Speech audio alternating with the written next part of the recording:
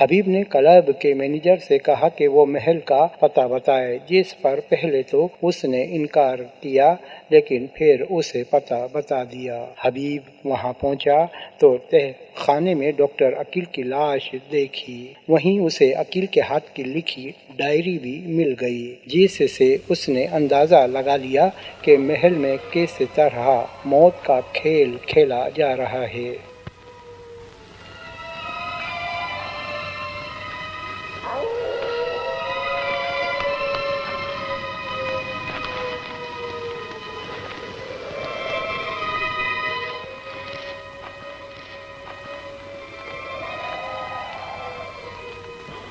رات کے بچے گیت گا رہے ہیں،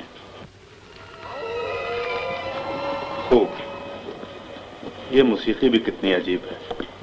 آپ شہر میں بسنے والوں کو بھلا ان چیزوں سے کیا دلچسپی ہو سکتی؟ رات کافی جا چکی ہے، اب آپ آرام کریں۔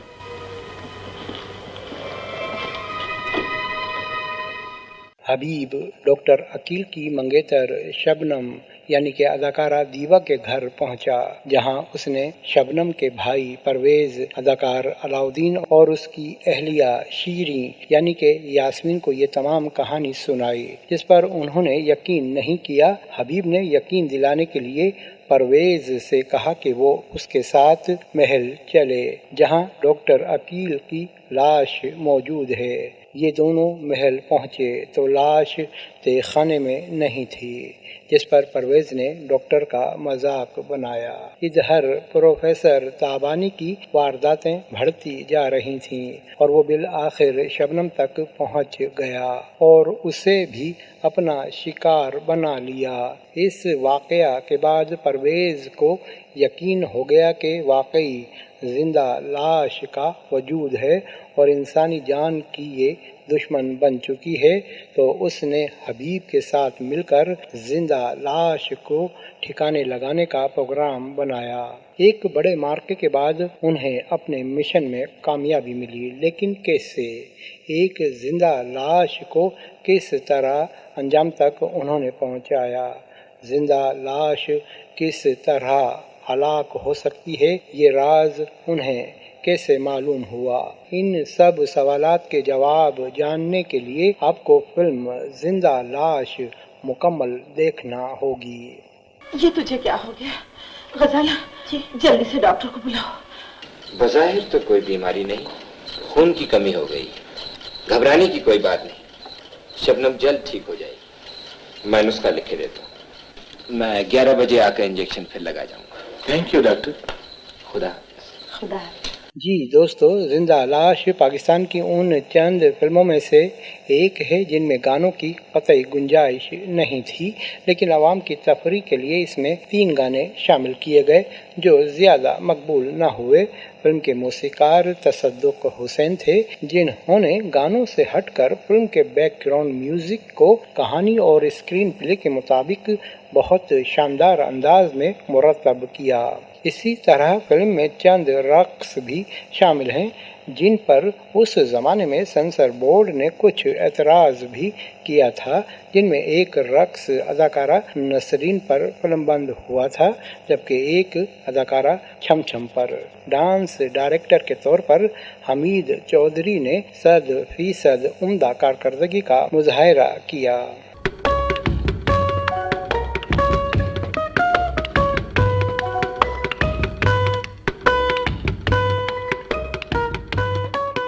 اس فلم کو اس وقت سینسر بورڈ نے ایک کیٹیگری کا سرٹیفکیٹ دیتے ہوئے اسے صرف بالغان کے لیے موزوں قرار دیا تھا۔ اس فلم کے 3 عکاس یعنی کہ سینماٹوگرافر تھے: رضا میر، ارشاد احمد اور نبی احمد۔ تینوں سینئرز اور کہنہ مکش فوٹوگرافرز نے نامساعد حالات اور عدم سہولیات میں اپنی صلاحیتوں سے فلم کے معیار کو بلند درجہ پہنچانے میں کوئی کسر نہیں چھوڑی۔